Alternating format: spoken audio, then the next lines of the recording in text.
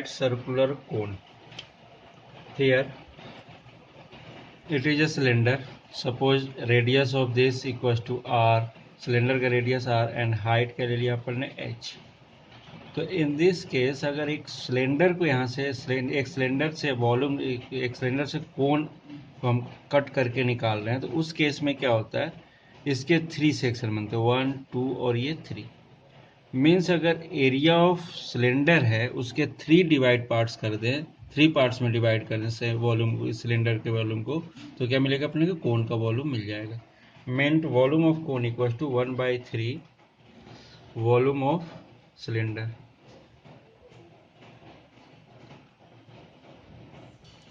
So it is equals to 1/3 volume of cylinder pi r square h. So 1/3 pi r square h are the volume of cone. Volume of cone. Here r is a radius of base and h is the height of cone. Means इस case में ये मिलेगा. L already known, means L का अगर relation देख रहे हैं तो L square equals to H square plus R square भी हो जाता है. So L equals to also it is equals to H square plus R square. और L is a slant height. Slant height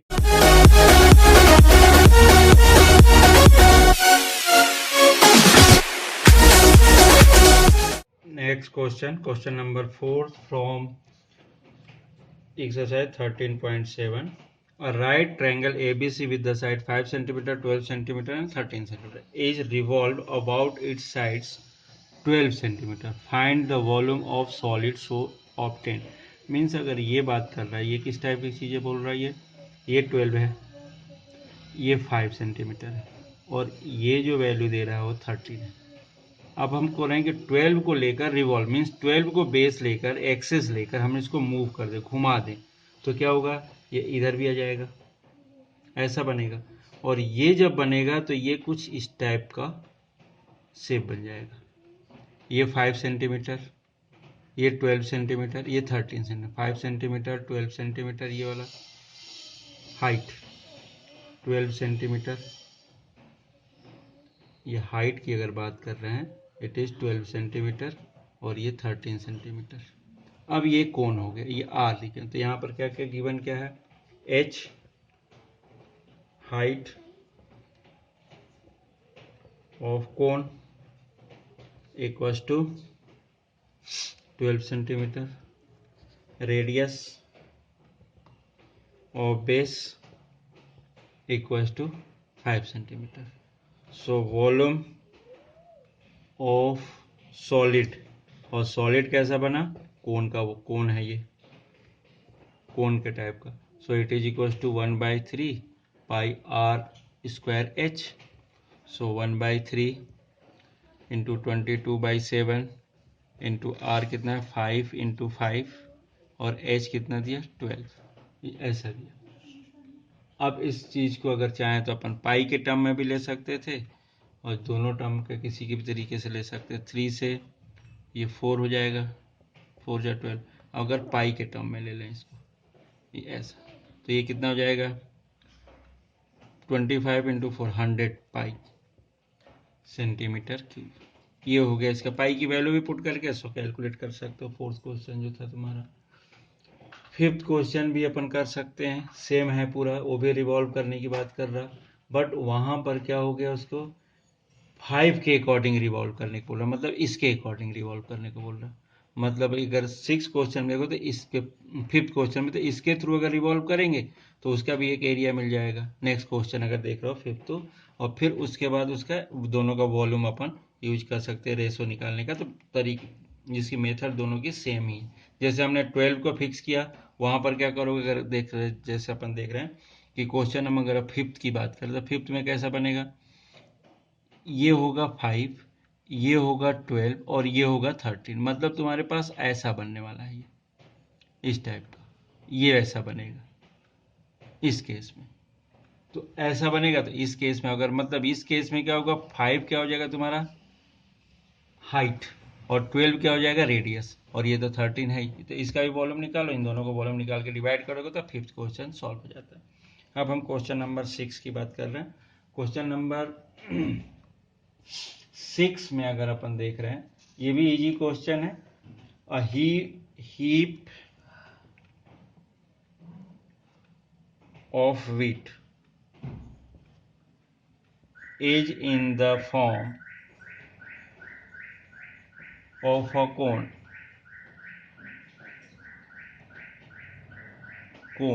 कोन के फॉर्म का heap है, whose diameter is 10.5 meter and height is 3 meter. Then find its volume. पहली चीज तो ये volume. The heap is to be covered. The heap is to be covered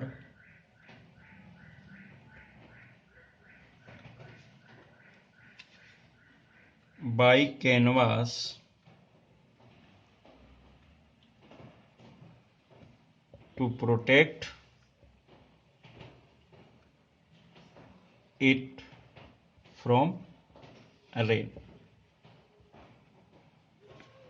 Find the area of canvas required. Find the area of the canvas required. ये अब इस question में एक heap है गेहूं का, वीट का, और इसको क्या किया उन्होंने कोन शेप में रखा हुआ है। और इस केस में क्या बोल रहे हैं कि इसकी जो हाइट कितना है 3 मीटर है h, और डायमीटर कितना दिया है 10.5, मतलब ये पूरा कितना दे दिया 10.5 मीटर।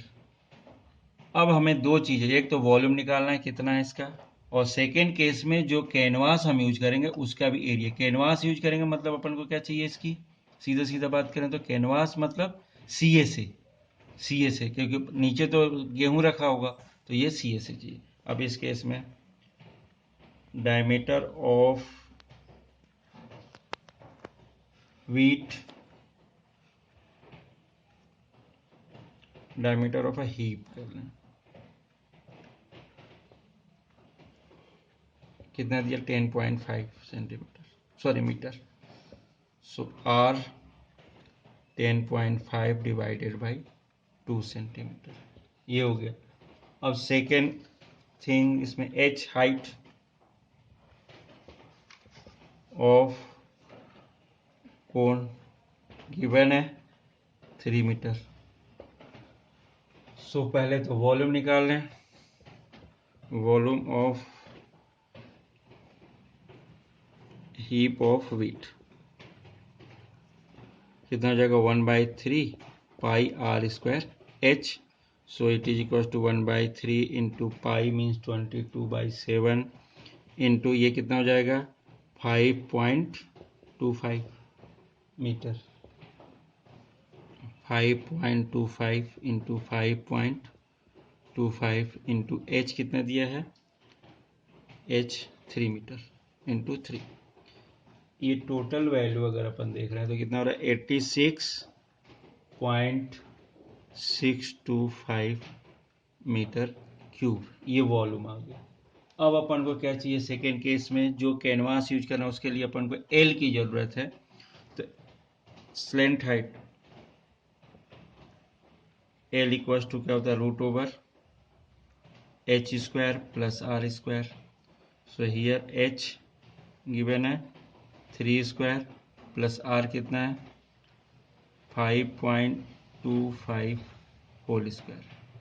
ये तो यहाँ पर ये कितना हो जाएगा L equal to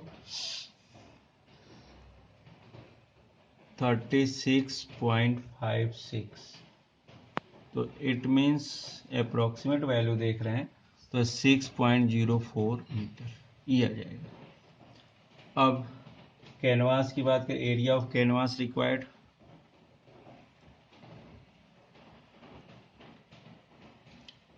required, equals to CSA है ये, तो CSA ऑफ कोन, तो CSA कितना होता है pi R L, so it is equal to 22/7,